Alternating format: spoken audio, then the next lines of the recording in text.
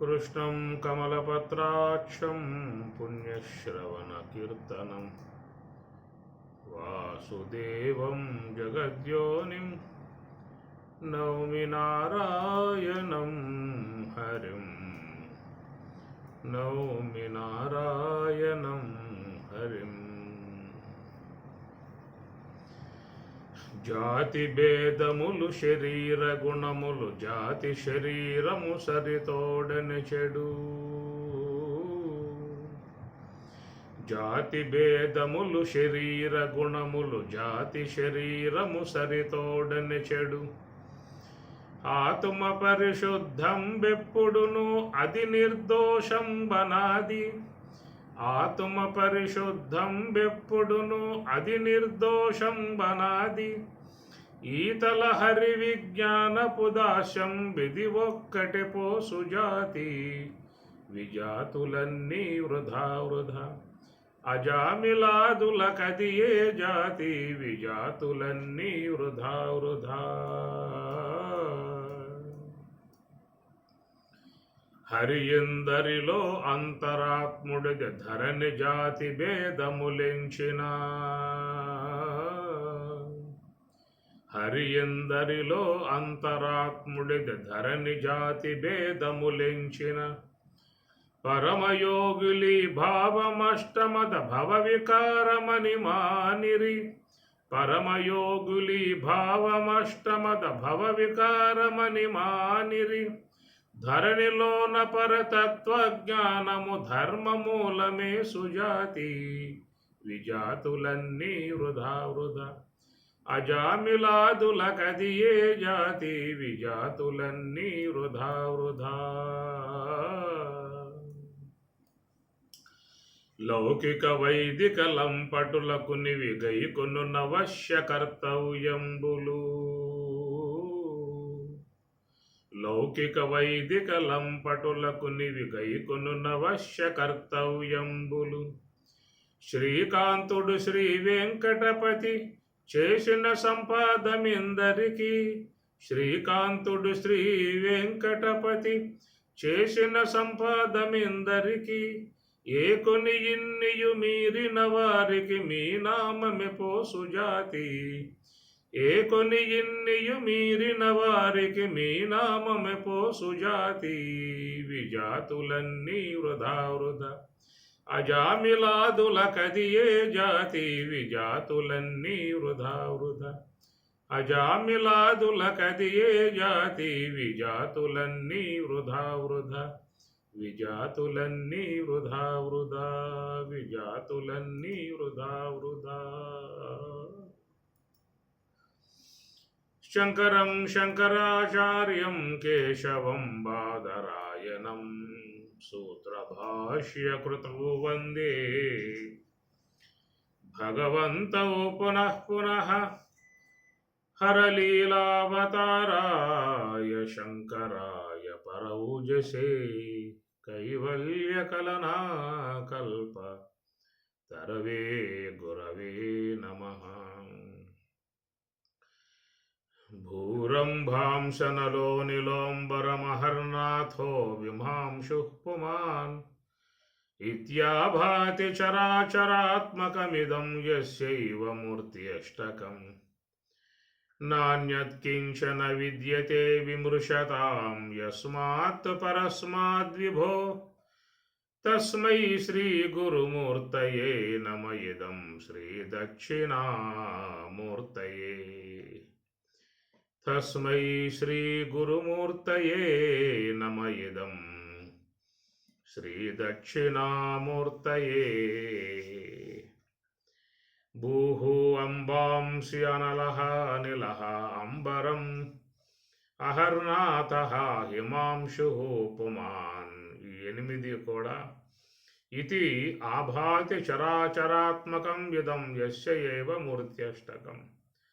చరాచరాత్మకమై ఉన్నటువంటి జగత్తంతయు కూడా వీటి ద్వారానే ఏర్పడుతున్నటువంటి విధానం. వీటిలో మనం చెప్పుకున్నటువంటి యొక్క అంశం ఏంటంటే అహర్నాథ సూర్య భగవానుడు, హిమాంశు చంద్రుడు. ఈ ఇరువురు కూడా ప్రధానమై ఉన్నటువంటిది సృష్టి కార్యానికి ప్రధానమై ఉన్నటువంటి యొక్క అంశములుగా మనకు ఉపనిషత్తులు చెప్తున్నటువంటి మాట. ఆదిత్య వై ప్రాణహారై ఏవ చంద్రమాః. ఆదిత్య వై ప్రాణ. ఆదిత్య సూర్యభగవానుడు ప్రాణమై ఉన్నాడు. రైహి ఏవ చంద్రమా. రైహి పదార్థము చంద్రుడు. రైహి వా ఏతత్ సర్వం యత్ మూర్తం చ అమూర్తం చ తస్మాత్ మూర్తి ఏవ రైహి. తస్మాత్ మూర్తి ఏవ రై. తస్మాత్ అందుచేత సమస్త మూర్తులకు రైహి చంద్రుడే ప్రధానమై ఉన్నటువంటిదిగా చెప్తున్నమాట. యథా ఆదిత్య ఉదయం. ఆదిత్య సూర్యభగవానుడు ఉదయిస్తూ యత్ ప్రాచీం దిశం ప్రవిశతి. తూర్పున ముందు ఆయన ప్రవేశిస్తూ ఉన్నాడు. తేన ప్రాచ్యాన్ ప్రాణాన్ రశ్మిషు సన్నిధత్తే. తూర్పు దిక్కున సూర్యభగవానుడు ఉదయిస్తూనే తన యొక్క కిరణముల ద్వారా లోకానికి ప్రాణములను ప్రసాదిస్తూ ఉన్నాడు. ప్రాణప్రదాతయే ఉన్నటువంటి సూర్యభగవానుడు ప్రవిశతి. తేన ప్రాచ్యాన్ ప్రాణాన్ రశ్మిషు సన్నిధత్తే. రశ్మిషు ఆ యొక్క రశ్మి కాంతుల ద్వారా సమస్త జీవులకు ప్రాణములను ఆయన ప్రవేశింపజేస్తూ ఉన్నాడు. యత్ దక్షిణాం యత్ ప్రదీచీం యత్ ఉదీచీం అథ అధః యత్ ఊర్ధ్వం యత్ అంతరా దిశః యత్ సర్వం ప్రకాశయతి. ఆయన తూర్పు ఉదయించినటువంటి వాడై తన కిరణములను అన్ని వైపులా పడమట, దక్షిణము, ఉత్తరము, ఊర్ధ్వము, అధః కిందికి అన్ని వైపులా కూడా తన కిరణముల ద్వారా ఈ జీవులకు ఏ యొక్క ప్రాణములు అనేటువంటివి అవసరమై ఉన్నాయో పదార్థములకు అటు ప్రాణములను రశ్మిషు ప్రాణాన్ని సన్నిధత్తే ఆయన ప్రవిశతి. ఆ విధముగా అన్నింటి యందు కూడా తన యొక్క ప్రాణములను ఉంచుతున్నటువంటి యొక్క విధానము అని చెప్పేసి అని. సహ ఏషః వైశ్వానరః విశ్వరూపః ప్రాణః అగ్నిః ఉదయతే తత్ ఏషః వృషా అభియుక్తం. ఋగ్వేదాదులలో చెప్తున్న అంశం ఏంటంటే సహ అట్టి ఏషః ఈ సూర్యుడు వైశ్వానరుడై అన్ని జీవులలో ఉన్నటువంటి జఠరాగ్ని రూపముగా ఆయనే ఉన్నాడు. జఠరాగ్నిగా ఆయనే ఉండి ఆహార పదార్థాలు జీర్ణం చేయిస్తూ ఉన్న విధానము. విశ్వరూప అంతటా వ్యాపకమై ఉన్నటువంటి యొక్క స్వరూపము. ప్రాణ ప్రాణస్వరూపము. అగ్నిస్వరూపము. రుద్ర ఉదయతే ఆయన ఆ విధముగా ఉదయించి సమస్త జీవులకు మరి ప్రాణ ప్రదాతగా సూర్య భగవానుడు ఉన్నటువంటి విధానము. సంవత్సరో వై ప్రజాపతి తస్య అయనే దక్షిణంచ ఉత్తరంచ తత్ యః ఏవైతే తత్ ఇష్టాపూర్తే కృతం ఇతి ఉపాసతే.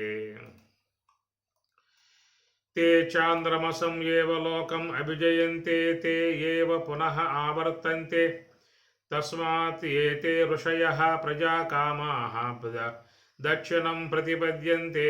తస్మాత్ ఆ కారణం చేత ఏతే ఋషయః ఈ ఋషులందరూ కూడా ప్రజాకామాః ప్రజాకాములై ప్రజాతంత్రతి గలవారై ప్రజాపతులై దక్షిణం ప్రతిపద్యంతే. ఏషః వై రైహ్యః పితృమానః. ఇదంతా కూడా పితృమానమై ఉన్నటువంటి యొక్క విధానముగా జీవులను ఉత్పత్తి చేసేటువంటి యొక్క అంశాల గురించి మనకి ఉపనిషత్తుల్లో మంచిగా చెప్తున్నటువంటి విధానము.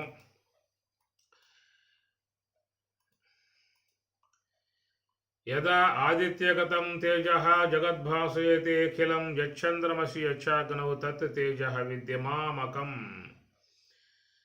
కనుక నా నుండే సూర్యుని యందు ఆ కాంతి, అగ్ని యందు తేజస్సు, చంద్రుని యందు ఓషధులు అనేటువంటివన్నీ కూడా నా ద్వారానే ఏర్పడుతున్నాయి అని చెప్పేసి అని.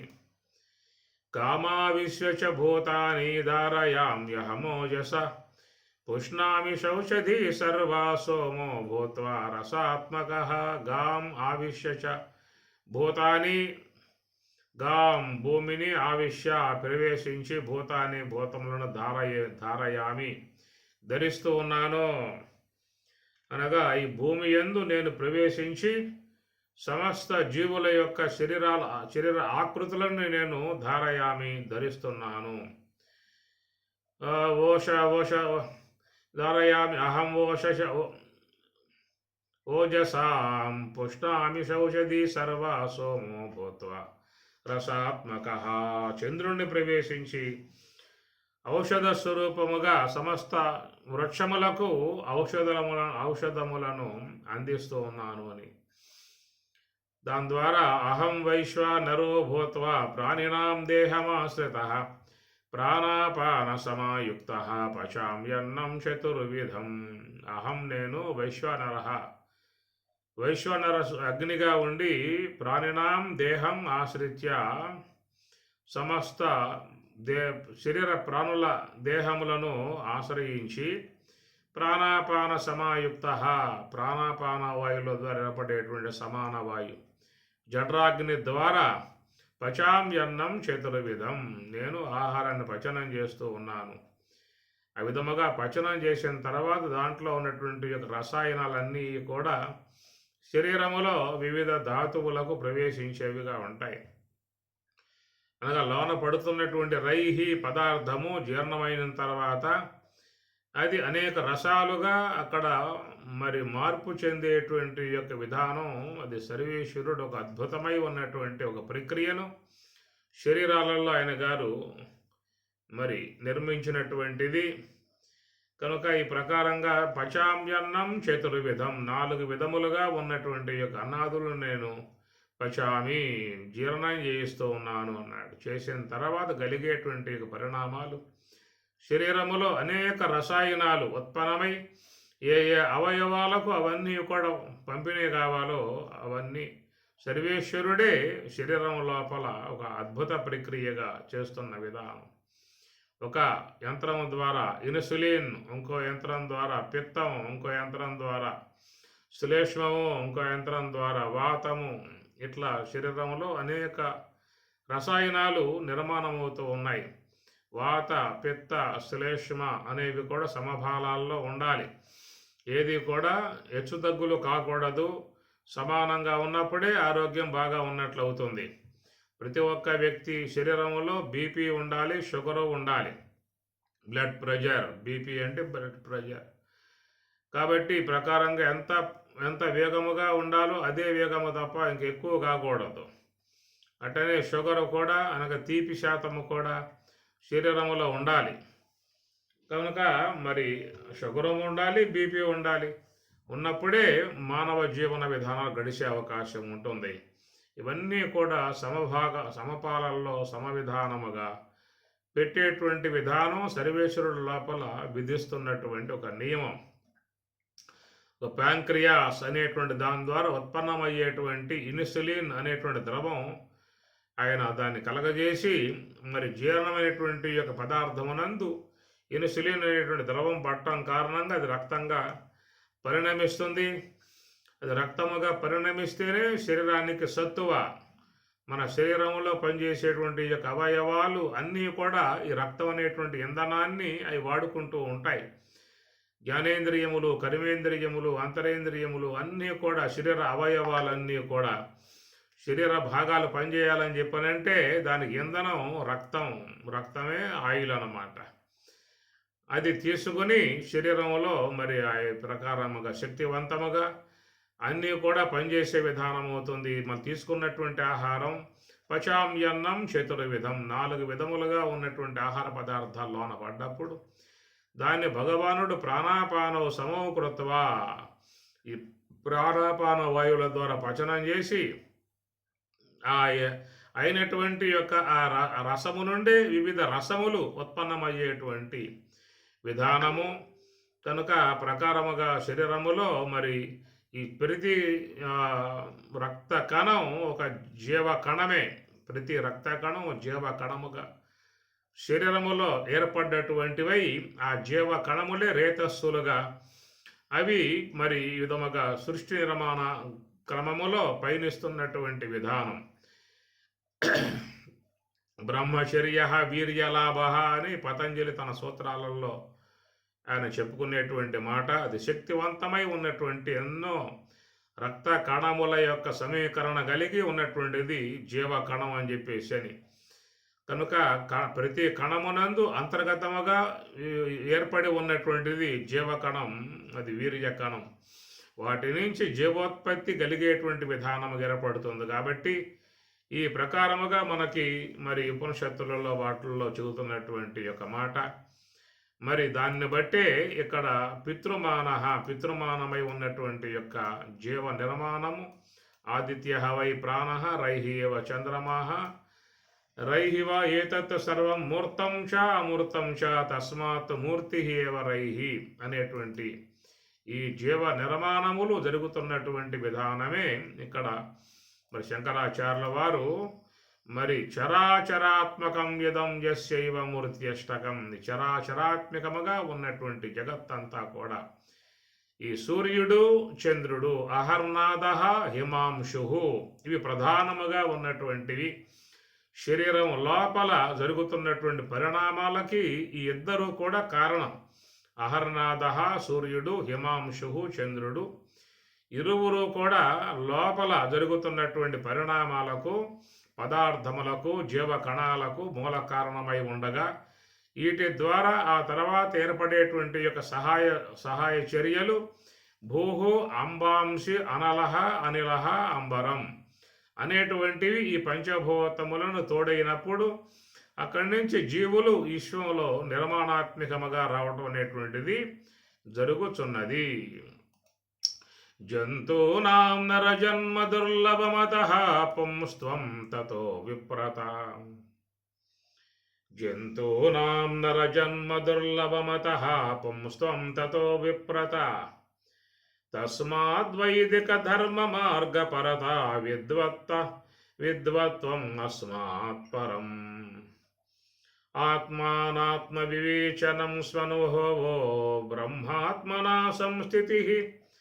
ముక్తిర్నో శతకోటి జన్మ సుకృతై పుణ్యై వినా న లభ్యతే అని శంకరుల వారు జంతూనాం నరజన్మ దుర్లభమతః, జంతువులలో కల్లా నరజన్మ దుర్లభమతః, దుర్లభం దుర్లభతరం దుర్లభమతః. ఇక్కడ దుర్లభం అనేది మామూలుగా ఉండే విధానము, దుర్లభం అసంభవం అనే మాట కూడా ఉంటుంది. దుర్లభం అంటే అంత తేలిగ్గా అది లభ్యమయ్యేది కాదనేటువంటి మాట. దుర్లభం దుర్లభమతః, దుర్లభతరం దుర్లభమతః.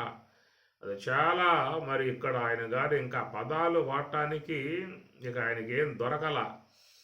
ఎందుకంటే అంత సంకులమై ఉన్నటువంటి యొక్క అంశముగా సృష్టిలో ఉంది కనుక అట్టి ఆ విషయాన్ని మహాత్ములు దర్శించి ఉండటం కారణముగా మరి వారు తమ యొక్క దివ్య దృష్టితో గ్రహించినటువంటి యొక్క అంశాన్ని వాళ్ళు చెప్పటానికి పదాలను ప్రయోగిస్తూ ఉన్నారు. పదముల ద్వారా చెప్పాల్సిందే, ఎందుకంటే అది మనకు చూపించగలిగేటువంటి విధానం కాదు కదా.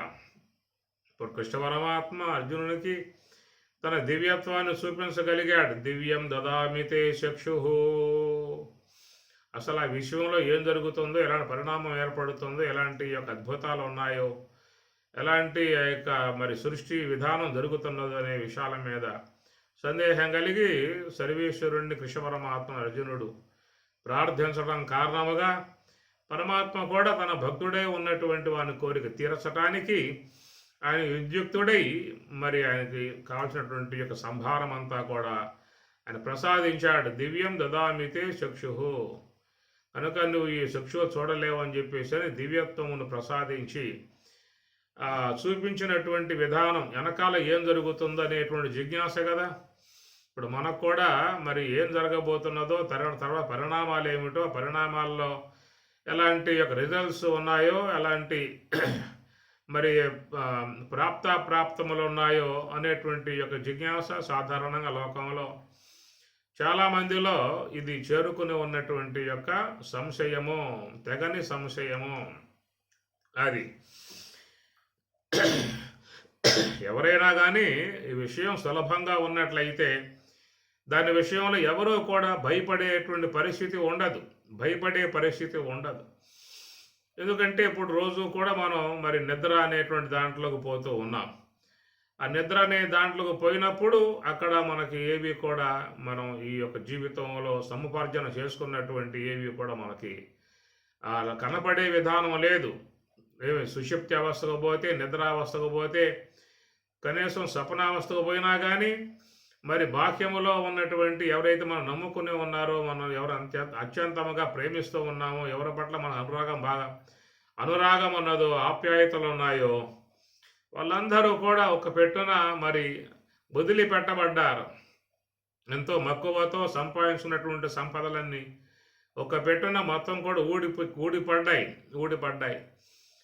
కానీ కనుక స్వప్నావస్థలోకి పోయినప్పుడు అక్కడ ఉన్నప్పుడు మనకేవి కూడా మన ఆత్మీయులు కానీ, భార్య, బిడ్డలు, బంధువులు, మనవళ్ళు, కొడుకులు, కోడలు కానీ, మనం సంపాదించినటువంటి ధనరాశులు కానీ ఏవి కూడా లేవు అక్కడ. అలాంటి ఆ స్థలానికి మనం పోవటానికి ఎలాంటి ఒక భయాన్ని ఎవరో కూడా చెందటం లేదు. కారణం ఏంటంటే మళ్ళా మనం తిరిగి వచ్చేటువంటిది ఖాయం కదా అనేటువంటి భావం ఉంది కనుక ఎవరో కూడా ఆ యొక్క నిద్రావస్థగా పోవటానికి ఎవరు సందేహించే విధానం ఉండదు. ఎందుకంటే మళ్ళా మనం తిరిగి వచ్చేది ఖాయం అనేది నిర్ధారణ అయ్యిందన్నమాట. నిర్ధారణ అయ్యింది కాబట్టే ఎవరు కూడా అక్కడికి పోవటానికి సందేహించరు. ఎందుకంటే అక్కడికి పోతే ఇవన్నీ లేవేక మనం ఏవైతే అత్యంతంగా ప్రేమిస్తూ ఉన్నామో, గౌరవించుకుంటూ ఉన్నామో, ఎంతో మరి ఆ యొక్క లాలసత్వముగా చూసుకుంటూ ఉన్నామో, అవన్నీ ఒక్క పెట్టున వదిలిపెట్టి అక్కడికి పోతున్నామంటే ఎవరికి భయం లేదు. కనుక మళ్ళీ తిరిగి వస్తామనే నమ్మకం ఉంది కనుక భరోసాతో అందరూ కూడా పోతున్నటువంటి విధానం. కానీ మరణము అనేది మరొక అంకం జీవితంలో ఉన్నది. నిద్ర లాంటిదే మరొక నిద్ర. స్వల్పకాలిక నిద్ర, దీర్ఘకాలిక నిద్ర అనేది రెండు. స్వల్పకాలిక నిద్ర అనే విషయంలో ఎవరూ కూడా భయపడే పరిస్థితిగా లేదు. ఇంకా పైగా బాగా అది రావాలని చెప్పని కూడా అన్ని సహాయకాలు మనం తీసుకుంటాం. మెత్తగా ఉండేటువంటి విధానముగా ఏర్పాటు చేసుకుంటాం. ఇంకా ఏసీలు లాంటివి కూడా వేసుకుంటాం. అడగబోవటానికి ఎవరో కూడా సంకోచించే విధానం లేదు, భయపడే విధానం లేదు. కానీ మరొకటి నిద్ర లాంటి మహానిద్ర అనేది వస్తుందని చెప్పనంటే అక్కడ మాత్రం భయపడే పరిస్థితి లాంటిది ఏర్పడుతుంది. ఎందుకంటే తిరిగి రాని ఏదో వేరే లోకాలకు ఆడకో పోతున్న పరిస్థితి కాబట్టి అక్కడ ఎట్లా ఉంటుందో, ఏ విధంగా ఉంటుందో, ఎలాంటి పరిస్థితి కలిగి ఉంటుందో అనేటువంటి విధానములో ఆ మహానిద్ర అనేటువంటి విషయంలో మాత్రం అందరూ కూడా మరణ భయాన్ని పొందే విధానం ఉంటుంది. ఎందుకంటే మరి ఆ దేహం సాలించిన తర్వాత పలానా అంశం నీకు లభ్యమవుతుంది, పలానా ప్రదేశం నీకు లభ్యమవుతుంది, పలానా చోట నీకు హాయిగా ఉండే విధానం ఏర్పడుతుంది, ఇంతకంటే కూడా ఎక్కువ సౌకర్యములతో అది లభ్యమబోతూ ఉన్నది అన్నటువంటి విషయం ఏదైనా అర్జునుడికి పరమాత్మ దివ్య చక్షువుని ఇచ్చి చూపించినట్లుగా మనకు కూడా ఈ యొక్క మరణం అనేటువంటి యొక్క అంశములో దివ్య చక్షువుని ప్రసాదించి ఇక అస్తమాస్తక సంయోగం ద్వారా అరే నాయనా నువ్వు ఇక్కడి నుంచి వెళ్తున్నావు కదా చివరి ప్రయాణంగా, ఈ చివరి ప్రయాణంగా పోయే విధానం రాబోయేటువంటి పరిణామం ఇది అనే ఏదన్నా నిర్ధారితముగా చూపించగలిగితే కొంతవరకు వాళ్ళు మరి ఆ విషయంలో భయపడే పరిస్థితి వాళ్ళకి ఉండదు. కానీ మరి ఆ మహాప్రయాణం అనేది అది ఏమిటో అనేటువంటి విషయం తెలియకుండా ఉన్నది కాబట్టి మరణం అని చెప్పనగానే వణికిపోయే పరిస్థితి, భయపడే పరిస్థితి, పెద్ద పెద్ద కేకలేసే పరిస్థితి, మరణ భీతి అని చెప్పి అంటారు కదా. అవన్నీ ఎందుకు వస్తున్నాయని చెప్పనంటే మరి ఆ తర్వాత అనేటువంటి యొక్క అంశాన్ని మరి మహాత్ములు మనకు కూడా ఏమన్నా కృష్ణ పరమాత్మ ఇచ్చినట్లుగా అర్జునుడికి దివ్య చక్షువుని ఇచ్చి చూపించినట్లయితే ఈ పోయేటువంటి వాళ్ళు కూడా ఎవరో కూడా ఇక భయపడే పరిస్థితి ఉండదు. ఎందుకంటే తన యొక్క గమ్యం తెలిసింది, ఫలానా చోటని తెలిసింది, ఇంతకంటే బాగా ఉన్నదా అని చెప్పనంటే ఇంకా సంతోషించే పరిస్థితే ఉంటుంది. ఒకవేళ ఇంతకంటే హీనముగా ఉన్న పరిస్థితులు అయినట్లయితే ఒకంత బాధపడే పరిస్థితి కూడా ఉంటుంది. కాబట్టి ఆ ప్రకారముగా ఆ యొక్క మహా నిద్ర అనేటువంటి దాని విషయంలో అందరికీ కూడా ఒక భయం చేకూరి ఉన్నటువంటి యొక్క అంశము అది మహానిద్ర యొక్క విషయములో. పరిణామం అనేది అర్థం కాని విధానం కాబట్టి అయితే ఇక్కడ చెప్పేటువంటి మాట మరి ఈ యొక్క చరాచరాత్మికం మూర్త్యష్టకం ఇది మాత్రం సృష్టి క్రమ విధానములో హిమాంశు పుమాన్. కాబట్టి ప్రకారముగా ఈ సృష్టి విధానం మాత్రం తప్పే విధానం కాదు కాబట్టి ఇప్పుడు శంకరులు కూడా చెబుతున్నటువంటి మాట జంతువునాం నరజన్మ దుర్లభమత అని చెప్పని అంటూ ఉన్నాడు. జంతువునాం అనేక జంతువులు విశ్వంలో అనేక లక్షల కోట్ల జీవులు ఉన్నాయి.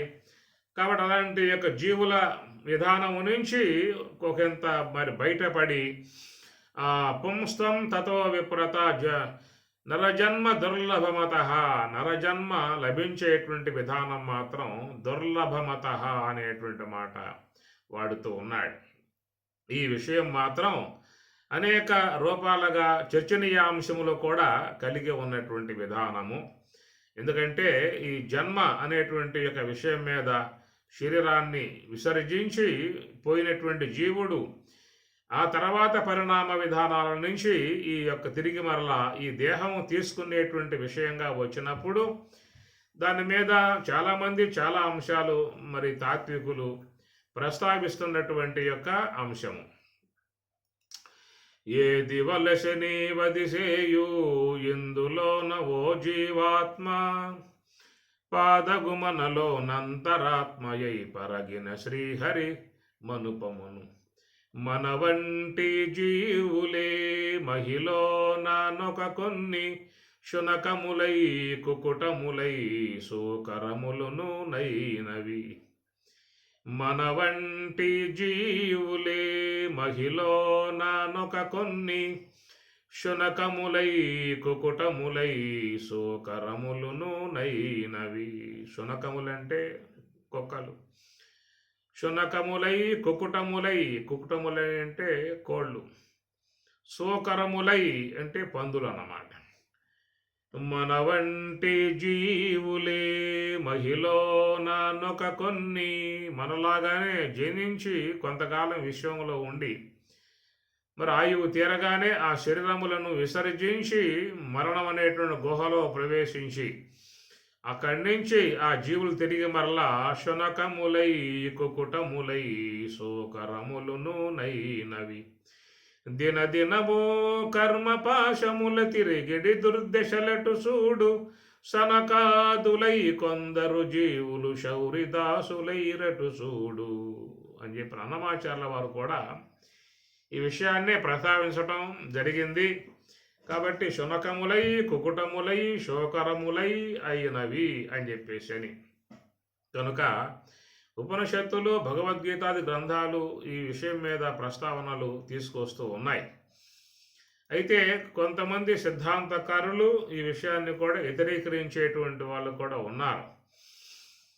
అనగా వైజ్ఞానికంగా చూసినట్లయితే వాళ్ళు చెప్పేటువంటి మాట అయ్యా బుడగ గాలితో బుడగ ఏర్పడింది, ఆ బుడగ పగిలింది, ఆ నీరు జలంలో చేరిపోయింది అనేటువంటి మాటే ప్రధానముగా వైజ్ఞానికంగా చార్వాక మతం నాస్తిక మతాలన్నీ కూడా చెప్తున్నటువంటి సిద్ధాంత విధానమేమో వాళ్ళది అట్లా ఉన్నది.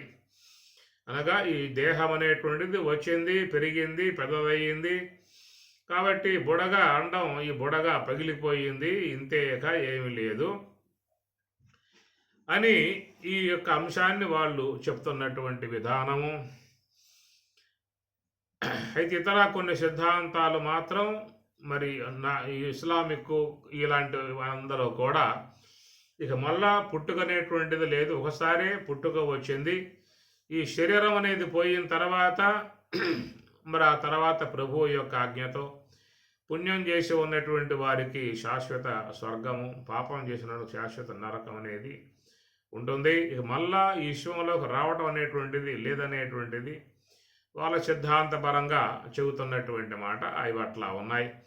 ఇట్లా బౌద్ధము, జైనము, నైయాయికము, వైశేషికము ఇలాగా అనేక సాంఖ్యం అనేటువంటివన్నీ కూడా కొంత తేడాలుగానే చెప్తున్నటువంటి విధానాలు ఉన్నాయి. కానీ భగవద్గీత ఉపనిషత్తులు అనేటువంటివి మాత్రం ఈ జన్మ విషయములో మరి ఈ జీవులు కర్మానుగుణ్యముగా తిరిగి మరల విశ్వంలోకి రావాల్సి ఉంటుందని చెప్పేసి పునర్జన్మ సిద్ధాంతాన్ని క్రోడీకరిస్తూ దృఢముగా చెబుతున్నటువంటి మాట.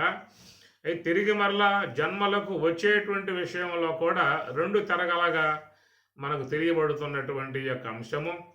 మరి కొంతమంది సిద్ధాంతకారులు చెప్పేది ఈ జన్మ అనేటువంటిది వచ్చినప్పటికీ కూడా ఏ యొక్క ప్రాణికి ఏ దేహమైతే పోయి ఉంటుందో అదే దేహమే వస్తాయి తప్ప వేరే శరీరాలు అనేటువంటివి రావు అని చెప్పనే మాట కొన్ని సిద్ధాంతాలు పలుకుతూ ఉన్నాయి. దానికి వాళ్ళు చెప్పేటువంటి రీజన్ ఏమిటంటే ఒక చెట్టు నుంచి వచ్చినటువంటి యొక్క గింజ తిరిగి మరలా అదే చెట్టు రూపమే దాలుస్తుంది, కానీ వేరే చెట్టు రూపం దాలుస్తుందా అన్నది వాళ్ళ యొక్క ప్రశ్న అన్నమాట. కాబట్టి ఈ ప్రకారంగా ఈ విశ్వంలో ఎన్నో వృక్షాలు ఉన్నాయి. అన్ని వృక్షాలు కూడా ఒక్కొక్క నీతి కలిగి ఉన్నాయి, ఒక ధర్మం కలిగి ఉన్నాయి, ఒక న్యాయం కలిగి ఉన్నాయి. కనుక ఏ చెట్టు యొక్క సంబంధమై ఉన్నటువంటి యొక్క బీజం ఆ చెట్టు యొక్క రూపమే అది వస్తుందే తప్ప వేరే ఆకారాలు వచ్చే విధానం లేదు అని చెప్పని, అట్లాగా విశ్వంలో ఏ ఏ ప్రాణులు ఉన్నాయో ఆ ప్రాణులన్నీ కూడా ఏ ఏ శరీర ఆకృతులతో అవి కలిగి ఉన్నాయో తిరిగి మరలా వాటికి అదే ఆకృతులు వచ్చే విధానము అనేటువంటి యొక్క అంశాన్ని రీజన్ ఈ యొక్క వృక్షముల యొక్క సంబంధ అంశాన్ని చూపిస్తూ, వృక్షములు కూడా జీవులే కాబట్టి ఆ ప్రకారముగా ఏ వృక్షానికి ఉండే ధర్మాలు ఆ వృక్షాలకు అట్లాగే ఉంటాయి. ఏ వృక్షము నుంచి ఏర్పడేటువంటి యొక్క బీజములు ఆ యొక్క బీజములలో ఆ వృక్ష ధర్మాలే ఉంటాయి. తిరిగి మరలా అదే వృక్ష రూపము దాలిసి అలాంటి పండ్లే, అలాంటి రుచులు, అలాంటి రసాలే అవి కలిగి ఉండే విధానం కనుక అట్లాగా ఈ యొక్క విశ్వంలో జీవులు కూడా ఆ గింజల్లాగానే అదే ప్రకారముగా ఈ జీవుల యొక్క నిర్మాణం కూడా చేసి ఉన్నటువంటి విధానము అనేటువంటిది వాళ్ళు చెప్పేటువంటి యొక్క వాదన. ఈ లెక్కన చూసినట్లయితే మరి ఏ యొక్క జీవులు ఏ శరీరములు కలిగి ఉన్నాయో అలాంటి శరీరములే ఆ జీవులకు వచ్చే విధానంగా ఉన్నప్పుడు ఇక మానవుల విషయం వచ్చినట్లయితే ఈ మానవులు కూడా ఎలాంటి యొక్క ఆకృతి కలిగి ఉన్నారో అలాంటి ఆకృతి గల మానవ దేహములే వస్తాయి అని చెప్పేసి వాళ్ళ సిద్ధాంత విధానముగా ఉన్నటువంటి అంశము. ఒకవేళ ఇలాంటి ఈ సిద్ధాంతమే వాస్తవికమై ఉండి ఉన్నట్లయితే మరి మానవ సముదాయం చాలా వరకు సంతోషపడేటువంటి విధానమే ఉంటుంది. కొంత భయానక వాతావరణం మనసులో ఉన్నది కాబట్టి, ఎందుకంటే ఈ యొక్క శరీరం పోయిన తర్వాత మరి ఏ పురుగుగా పుట్టాలో, ఏ యొక్క నల్లిగా పుట్టాలో, దోమగా పుట్టాలో, చీమగా పుట్టాలో, ఇతర శునకములు శోకరములు అన్నమయ్య అన్నట్లుగా శోకములుగా పుట్టాలో, కుక్కుటములుగా పుట్టాలో, గార్ధబాలుగా పుట్టాలి అనేటువంటి కొన్ని ఉన్నాయి. కాబట్టి అలాంటి దేహాలలోకి పోయినట్లయితే మన పరిస్థితి ఏం కావాలనేది చాలామందిలో ఒక భయానక వాతావరణం లాంటిది చోటు చేసుకొని ఉన్నది. కనుక ఇందాక చెప్పుకున్న ప్రకారముగా ఆ సిద్ధాంత అనుగుణ్యముగా ఒక సృష్టి అనేది మాత్రం ఆ ప్రకారంగా గనక అయి ఉన్నట్లయితే, అదే నియమాన్ని ఆ సృష్టి ఆ ధర్మాన్ని పాటిస్తూ ఉన్నట్లయితే, ఇది కనుక వాస్తవిక రూపమే అయి ఉన్నట్లయితే మరి మానవ కోటి సంతోషపడేటువంటి యొక్క అంశమే అయి ఉంటుంది.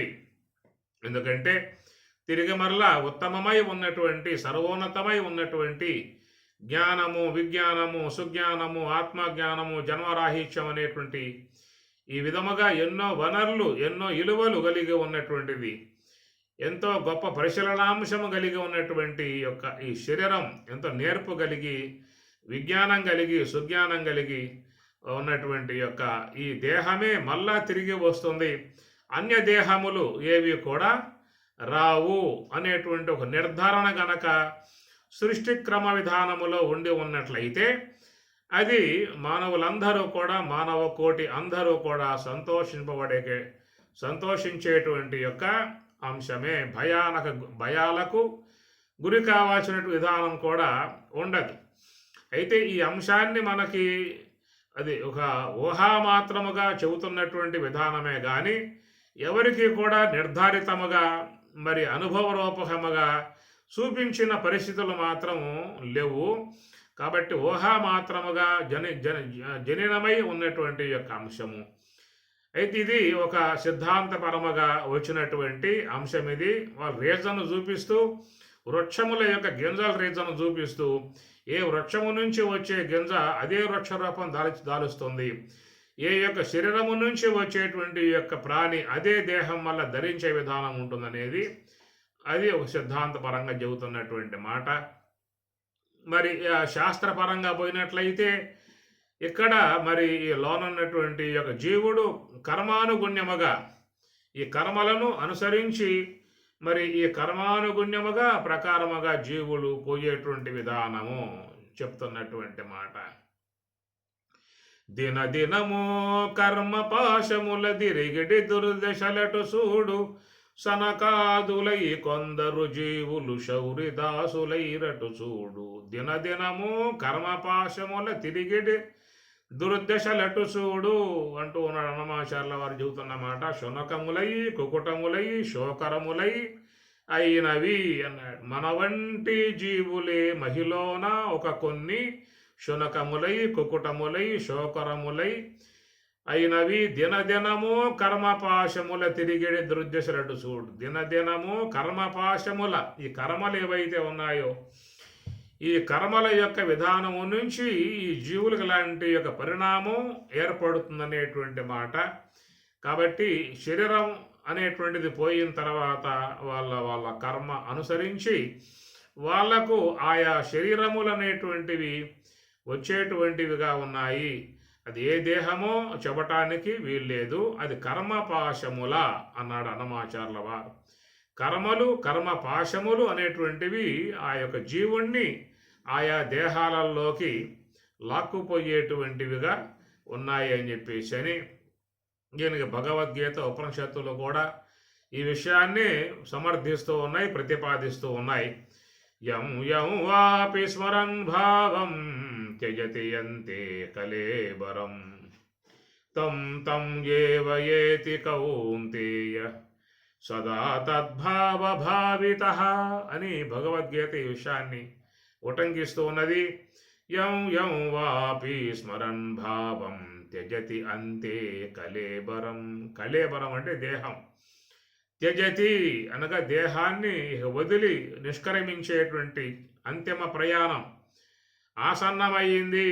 ఇక ఆ సమయంలో జీవుడు తన లోన ఉన్న కర్మవాసనలను అనుసరించి ఇక యం తం తం ఏవ ఏవేతి కౌంతేయ సదా తద్భావ భావిత, వాడి భావములు వాడి ఆలోచనలు వాడి యొక్క సంస్కారములు వాని కర్మలు అనేటువంటి వాటిని అనుసరించి తం తం ఏవ ఏతి ఆయా శరీరములే పొందే విధానము అనేది భగవద్గీత ప్రతిపాదిస్తున్నటువంటి అంశము.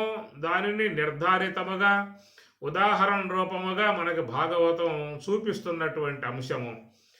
భగవద్గీత శ్రవణ మాత్రముగా ఉన్న అంశమైతే భాగవతం దృశ్యమాత్రముగా ఉన్నటువంటి యొక్క అంశము. జడభరతుడు లేడీ యందు మోహభావాన్ని పెంచుకొని అంత్య సమయంలో లేడీ అని చెప్పిన స్మరణ చేస్తూ శరీరం సాధించడం కారణముగా ఆయన లేడై పుట్టినటువంటిదిగా భాగవతంలో చెప్పేటువంటి అంశము. కాబట్టి ప్రకారముగా యోనిం అన్యే ప్రపద్యంతే శరీరత్వాయ దేహినః స్థానం అన్యే అనే ప్రకారం ఉపనిషత్తులలో కూడా ఈ విషయమే ప్రస్తావన వస్తూ ఉన్నది. అందుచేత ఇది కరెక్టా అది కరెక్టా అన్నది మాత్రం కొంత వ్యక్తులలో సందిగ్ధముగా ఉండేటువంటి అంశమే. కాబట్టి దీనికంటే ఇందాక చెప్పినటువంటి అంశమే కరెక్ట్ అయి ఉన్నట్లయితే మాకు కొంచెం ఊరట ఏర్పడుతుంది కదా అని చెప్పని చాలామంది భావించుకునే అవకాశం కూడా ఉంటుంది. ఎందుకంటే గింజలు ఉపమానంగా చూపించి ఈ యొక్క లోనున్న జీవులు కూడా ఆయా దేహాల నుంచి వెలువడ్డప్పుడు ఆయా దేహాలే పొందే విధానం అనే మాట విన్నప్పుడు పర్వాలేదు, మనకు మళ్ళా మానవ దేహమే వస్తుంది. దీంట్లో విజ్ఞానము సుజ్ఞానము ప్రజ్ఞానం అన్ని సదుపాయాలు ఉన్నాయి. దీంట్లో వనరులు అన్ని నిర్మాణం చేయబడి ఉన్నాయి. తర్వాత క్లారిటీగా జీవించవచ్చు, 10 మందిలో జీవించవచ్చు, సుఖవంతముగా జీవించవచ్చు, ఎలాంటి ఇబ్బందులు లేకుండా సౌకర్యములు ఏర్పాటు చేసుకుని జీవించవచ్చు. ఇతర దేహాల్లో పోతే అలాంటి సౌకర్యములు చేసుకునే అవకాశాలు అక్కడ లేవు కదా. అవి కేవలం చెట్ల కిందే నివాసం చేసుకోవాలి, భయంతో జీవితాలు బతకాలి. ఏ పూట ఏ మృగం పైనొచ్చి పైన పడి చంపేస్తుందో తెలియని విధానాలు, ఆహారాలు లేక వసతులు లేక ఈ యొక్క శీతోష్ణాదులకు లోనై నిరంతరముగా ప్రాణభీతితో బతికేటువంటి విధానముగా ఉన్నటువంటివి ఇతర జీవుల యొక్క పరిస్థితి, వాడు రక్షణ లేదు, రక్షణ కవచం ప్రభుత్వం కూడా ఇవ్వలేదు. ఈ ప్రభుత్వములో కూడా మీరు ఎన్ని తింటారో తినండి, మీకే ఇలాంటి యొక్క కేసులు లేవు, నేరాలు లేవు అన్న విధానముగా చెప్పిన విధానం. కాబట్టి వేరే దేహాల్లోకి పోయినట్టే సమాజంలో బతకలేడు, అరణ్యంలోనూ బతకలేదు. ఆ ప్రాణి బతకలేదు. సమాజంలో పుట్టిందా అంటే వాడు చక్కగా వండి తినేసుకుంటూ ఉన్నాడు. అరణ్యంలో పుట్టింది అంటే అల్ప ప్రాణికి ఇతర జీవులకు ఆహారం అయిపోయే పరిస్థితి. కాబట్టి ప్రకారముగా మానవ దేహమునందు మాత్రమే కొంత రక్షణ కవచం లాంటి విధానం చేసుకుని బతికే అవకాశాలు ఉన్నాయి. కాబట్టి మరి ఈ జీవనం తదనంతరం ఉన్నటువంటి యొక్క అంశం మీద మానవునిలో ఉన్నటువంటి యొక్క సందేహాలకు సమాధానముగా చెబుతున్నటువంటి విధానము ఒక సిద్ధాంతం. ఆ ప్రకారంగా చెప్పింది భగవద్గీత. ఉపనిషత్తుల సిద్ధాంత పరంగా చూసినట్లయితే మాత్రం సునకములై కుకుటములై శోకరములును నైనవి అన్నమాచార్యుల వారి యొక్క మాటనే ప్రతిపాదన చేస్తూ ఉన్నటువంటి యొక్క విధానము. ఒకవేళ భగవద్గీత ఉపనిషత్తుల యొక్క చెప్పేటువంటి యొక్క అంశమే కరెక్ట్ అయి ఉంటే మాత్రం దానికి అందరూ కూడా కొంతవరకు అవగాహనతో జీవితాలని జీవించవలసి ఉంటుంది. ఎందుకని చెప్పనంటే ఇక వెళ్ళిపోయిన తర్వాత ఈ ప్రాణి అనంత కోటి జీవ సముదాయంలో 83,99,900 చెబుతున్నటువంటి అసంఖ్యాకములుగా ఉన్న ప్రాణి సముదాయంలో పడిన తర్వాత ఇక రావటం అనేటువంటి మాటకి ఇక్కడ మరి పూర్ణముగా సంపూర్ణముగా సమాధానముగా లభ్యమయ్యే అవకాశాలు లేవు. కాబట్టి ఏ యొక్క జీవన కాలం మనలో కొంత మిగిలి ఉన్నదో ఆ జీవన కాలాన్ని మంచిగా జీవించే విధానముగా చేసుకోవాలి. ఎందుకంటే ఇక పోయిన తర్వాత ఎంత జీవ సముదాయములో ఎక్కడెక్కడ ఏ దేహాల్లో పడి ఎట్లా పోతాడో తెలియని అంశం. కాబట్టి ఈ ఉన్నటువంటి ఈ కొద్ది కాలం కూడా చూసినట్లయితే మంచిగా జీవించేటువంటి యొక్క జీవన సరళి ఏర్పాటు చేసుకోవాల్సి ఉంటుంది. ఈ రాగములు, ద్వేషములు, మోహములు, విద్వేషములు, కక్షలు, ప్రతీకారములు వీటి అన్నిటినీ కూడా వ్యక్తుల మీద పెంపొందింపజేసుకుని ఈ కాలాన్ని ఆ ప్రకారంగా వృధా చేసుకుంటూ లేనిపోని మళ్ళా కర్మలను సంపాదించుకొని ఇంకా కర్మరాశిని మూటగట్టుకుని అనేక శరీరాలకి ద్వావదీసే పరిస్థితి అవుతుంది. కాబట్టి భగవంతుడు చెబుతున్న విధానముగా అద్వేష్ట సర్వభూతానాం మైత్ర కరుణ ఏవచ నిర్మమ నిరహంకార అని భగవంతుడు భక్తి భావన కలగజేసి చెప్పేటువంటి మాటలు మనకు 12వ అధ్యాయంలో వచ్చేటువంటి వాట్లను జీవితంలో కొంతైనా మనం అవి కలిగి జీవించగలిగితే రాబోయే కాలంలో వాటి వల్లైనా కొంతవరకు మనం ఊరట చెందే అవకాశం ఉంటుంది. ఎందుకంటే మరి మోక్ష అంశం చూద్దాము అని చెప్పనంటే అది ఒక పక్క చాలా ప్రగాఢముగా ప్రబలమై ఉన్నది. ఈ పక్క జన్మ పరంపరల విధానం చూద్దాము అంటే ఇది కూడా మహా ప్రబలమై ఉన్నది. ఎందుకంటే ఈ జీవుడు అస్వతంత్రుడు, ప్రకృతికి వశమై ఉన్నటువంటి వాడు, అనాత్మకు లోనై ఉన్నటువంటి వాడు, మోహాలకు లోనై ఉన్నటువంటి విధానముగా ఉన్నటువంటి వాడు. కాబట్టి ఇతడు ఏది చేయాలన్నా కానీ చాలా పూర్ణ ప్రయత్నముతో చేరి ఉన్నటువంటి యొక్క అంశము. కాబట్టి ఇక్కడ చెప్పేటువంటి విషయంలో శంకరాచార్యుల వారు జంతూనాం నరజన్మ దుర్లభమతః పుంస్త్వం తతో విప్రత జంతూనాం నరజన్మ దుర్లభమతః దుర్లభమో దుర్లభతరమో దుర్లభతమమో అనే విధముగా శంకరులు పదజాలాన్ని వాడుతూ ఉన్నాడు. కనుక ఉన్నటువంటి సమయం కొద్దిగానే ఉన్నది. ఆ కొద్ది సమయాన్ని ఏదైనా మనం సద్వినియోగం చేసుకునే విధానము దానికేం చెబుతున్నారు అని చెప్పనంటే యజ్ఞదాన తపఃకర్మ నత్యాజ్యం కార్యమేవ తతో యజ్ఞోదానం తపశ్చైవ పావనాని మనీషినాం. కాబట్టి ఈ శరీరం నుంచి నిష్క్రమించిన తర్వాత ఇంకా చేసుకోవాల్సినటువంటి యొక్క ఆవశ్యకతలు అక్కడ అవకాశాలు లేవు. ఏమి చేసుకుందాము అని చెప్పి అన్నా కానీ అక్కడ అవకాశాలు లేవు. ఆడకపోయిన తర్వాత లబోదిబో కొట్టుకోవడం కంటే, తల బాదుకోవడం కంటే, అవేవో కొన్నైనా ఇక్కడే చేసుకుంటే పోతుంది. ఆడకపోయిన తర్వాత అయ్యయ్యో నేను చేసుకున్న అవకాశం కలిగి ఉండి చేసుకోలేకపోయానే, మరి ఏమైనా పుణ్యకర్మలు చేసుకున్నట్లయితే ఆ పుణ్యం నన్ను రక్షించేదిగా ఉండేది కదా అని చెప్పేసి అని మరి ఆ యొక్క తనువు సాలించిన తర్వాత చేసుకునే అవకాశాలు లేనటువంటి భూములకు పోయిన తర్వాత చేసుకోలేకపోయాననేటువంటి బాధ ఆడ పొందటం కంటే ఇక్కడ చేసుకునే అవకాశంగా సౌలభ్యముగా ఉన్నటువంటి విధానములో కొంతైనా నీవు ఇలాంటివన్నీ కూడా ఆచరించుకో అని పరమాత్మ చెబుతున్నమాట. యజ్ఞదాన తపఃకర్మ నత్యాజ్యం కార్యమేవ తతో యజ్ఞోదానం తపశ్చైవ పావనాని మనీషినాం జీవితాన్ని పావనం చేసే విధానముగా ఉన్నటువంటి యజ్ఞము, దానము, తపస్సు అనబడేటువంటివి ఆ సత్కర్మలు మనకు మంచి సంస్కారాన్ని మిగులుస్తాయి. మంచి సంస్కారాన్ని మనకి ఆ సూక్ష్మదేహంలో ప్రవేశింపజేస్తాయి. కనుక సూక్ష్మదేహ రక్షణ కవచములుగా ఏర్పాటు చేసేటువంటి అట్టి ఆ సత్కర్మలన్నిటినీ కూడా వీటి వల్ల మాకు మోక్షం వస్తుందా, బ్రహ్మజ్ఞానం వస్తుందా, మేము ధరిస్తామా, ఇవన్నీ ఓటి పడవాలి కదా, ఇవన్నీ పెట్టుకోమాకండి. ఎందుకంటే మనం మోక్షం అనేటువంటి విషయం చూసినట్లయితే అది అంత తేలిగ్గా మనకేమి లేదది. నేను చెప్పుకున్నాను కదా, ఈ అష్ట ప్రకృతులు, అష్టమూర్తులు అనేటువంటివి ఇవి చరాచరాత్మికమై ఉన్న సృష్టి విధానానికి అనుగుణ్యముగా ఉన్నటువంటివి ఉండగా అవి అటు మరి మలుపు తిప్పినట్లయితే, అంతర్ముఖముగా మలుపు తిప్పినట్లయితే అవి నీకు మరి ఆవరణములుగా ఉన్నటువంటివి. అటు ఆవరణాలని అధిగమించాల్సి ఉంటుంది. నీకు ఈ మాట ఈశావాస్యంలో వస్తుంది. హిరణ్మయేన పాత్రేణ సత్యస్య అపిహితం ముఖం తత్వం పోషన్ అపావృణో సత్యధర్మాయ దృష్టయే. అపావృణు అన్నాడు. హిరణ్మయేన పాత్రేణ సత్యస్య అపిహితం ముఖం. కాబట్టి అవన్నీ కూడా మరి పాత్రలు అనగా మూతలు, ఈ మూతలుగా ఉన్నటువంటి విధానం. అపావృణం తొలగింపజేయము. హే పోషం, ఓ సూర్య భగవానుడా, ఓ జ్ఞాన సూర్యుడా, అపావృణం తొలగింపజేయి అనేటువంటి మాట. కాబట్టి అది కావాలంటే మరి నివృత్తి మార్గము, సోహం భావ ధ్యానము, అంతర్ముఖ వృత్తి, హంస యొక్క మార్గం అవలంబించాలి.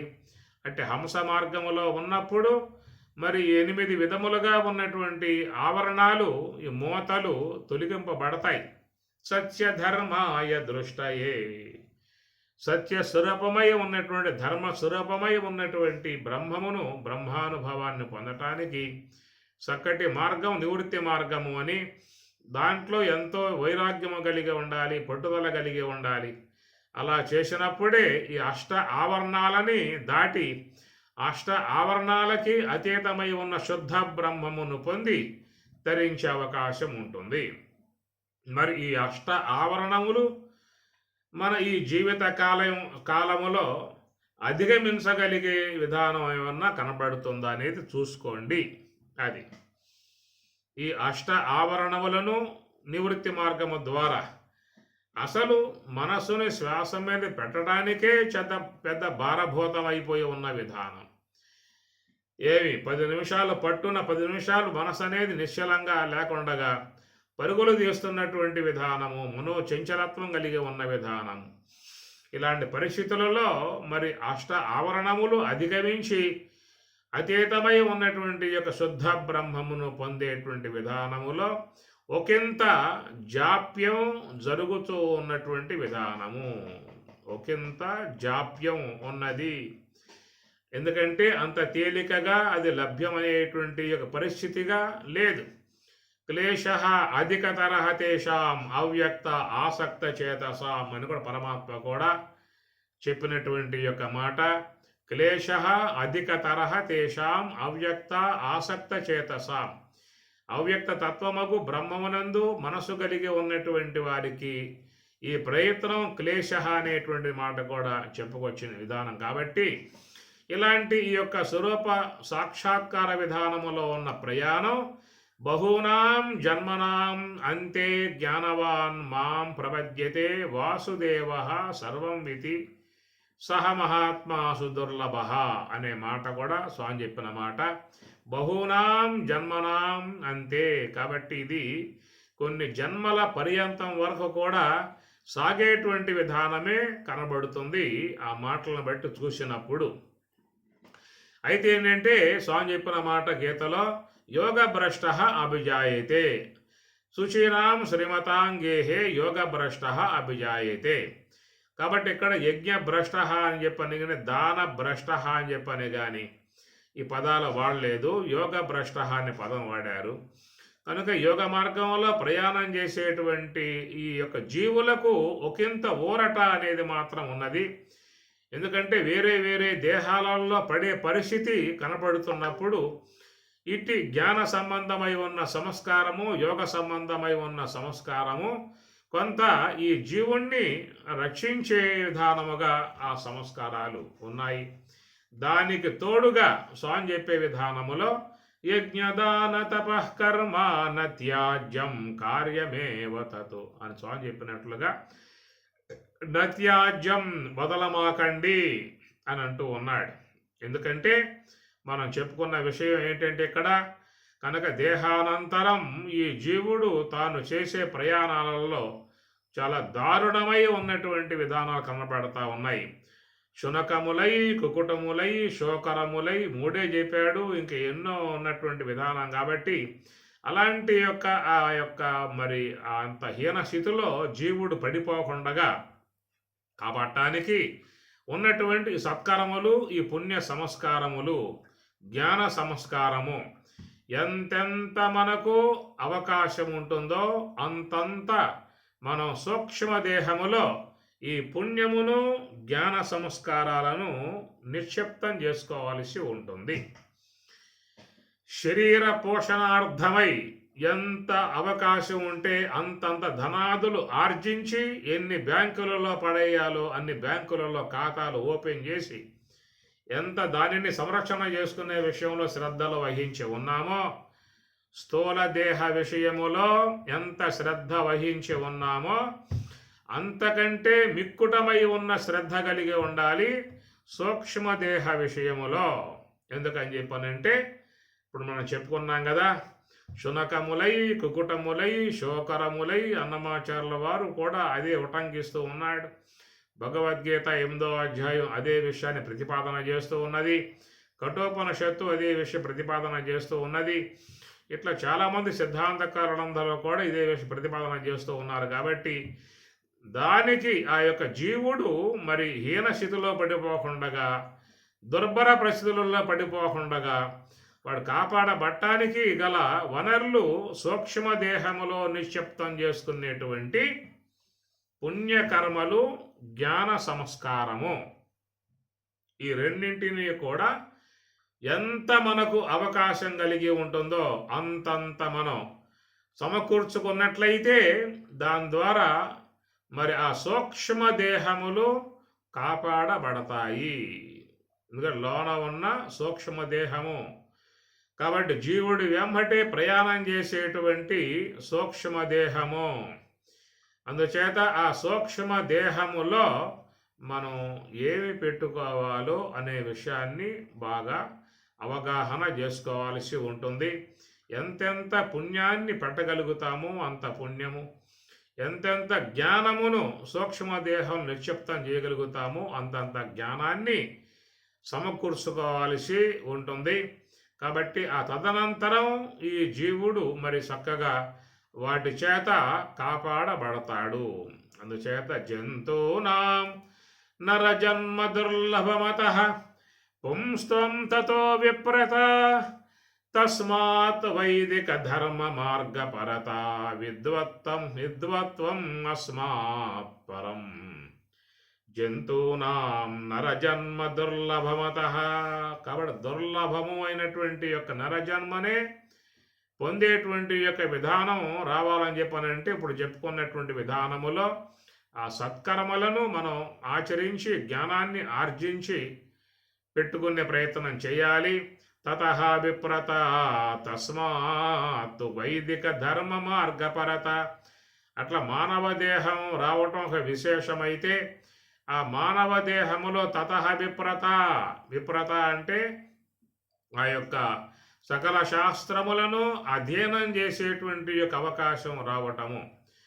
మరి వేద శాస్త్రాలు అధ్యయనం చేసే విధానముగా రావటం అని చెప్పనంటే లోపల అట్టి జ్ఞాన సంబంధమై ఉన్న సంస్కారం ఉంటే ఆ సంస్కారం మనల్ని ఆ వైపుకు లాగే అవకాశము ఉంటుంది. విప్రత తస్మాత్ వైదిక ధర్మ మార్గపరత. కాబట్టి వైదికమై ఉన్నటువంటి యొక్క ధర్మ మార్గం వైపుకు పోవటం అని చెప్పాలంటే పౌర్వదైహికం పూర్వాభ్యాసేన, పూర్వం మనం ఆచరించి ఉన్నటువంటి యొక్క ఆ కర్మల సంబంధ సంస్కారము ఆ వైపుకు మనల్ని తీసుకుపోయేదిగా ఉంటుంది. ఆ తర్వాత ఆత్మానాత్మ వివేచనం స్వనుభవ బ్రహ్మాత్మనా సంస్థితి. ఆత్మానాత్మ వివేచనం స్వనుభవ. కాబట్టి ఆత్మ అనాత్మల యొక్క విషయంలో ప్రయాణం చేసే అవకాశం ఏర్పడుతుంది. బ్రహ్మాత్మ సంస్థితి అంటే ఆ బ్రాహ్మీ అనుభవాన్ని పొందే అవకాశం ఏర్పడుతుంది. ముక్తిర్నో శతకోటి జన్మ సుకృతై పుణ్యై వినా లభ్యతే ముక్తి. ఆ ముక్తి అనబడేటువంటిది శతకోటి జన్మ సుకృతై వినా, శతకోటి జన్మ సుకృతై పుణ్యై వినా, అనేక జన్మల పుణ్య విశేషముతోనే ఈ జీవుడు ఉద్ధారకుడు కాగలుగుతున్నాడు, తరింపు పొందే అవకాశం ఏర్పడుతుంది అనేటువంటి విధాయకాలుగా మనకు చెబుతున్నటువంటి యొక్క అంశము. కాబట్టి ఇది చాలా చక్కటి విచారణాత్మకమై ఉన్నటువంటి యొక్క మంత్రాన్ని మనకు శంకరాచార్యుల వారు ఇచ్చినటువంటిది. భూరంభాంశనలో నిలోంబర మహర్నాథో హిమాంశు పుమాన్ ఇత్యాభాతి చరాచరాత్మకమిదం యస్యైవ మూర్త్యష్టకం న అన్యత్ కించన విద్యతే విమృశతాం యస్మాత్ పరస్మాత్ విభో తస్మై శ్రీ గురుమూర్తయే నమయిదం శ్రీ దక్షిణామూర్తయే. కనుక ఒకటేమో పూర్వాంకము, రెండవదేమో ఉత్తరాంకము. పైన చెప్పింది పూర్వాంకం భూహు అంబాంసి అనలహ అనిలహ అంబరం అహర్నాథ ఇమాంశు పుమాన్ చరాచరాత్మకం. ఈ జగత్తంత ఈ జన్మ పరంపరా విధానములుగా ఉన్నటువంటి అంశాన్ని పూర్వాంకాన్ని బోధిస్తూ తర్వాత అన్యత్ కించన విద్యతే విమృశతాం యస్మాత్ పరస్మాత్ విభో. ఎవరైతే ఆత్మానాత్మ విచారణ చేసి అంతర్ముఖులై ప్రయాణం చేసేటువంటి వారి విషయం గురించి రెండవ అంకములో ఆయన గారు బోధిస్తున్నటువంటి అంశము. ఓం సహనా భవతు సహనౌ భునక్తు సహ వీర్యం కరవావహై తేజస్వినావధీతమస్తు మా విద్విషావహై. ఓం శాంతి శాంతి శాంతి. హరి ఓం తత్సతు. శ్రీ గురుభ్యో నమః. హరి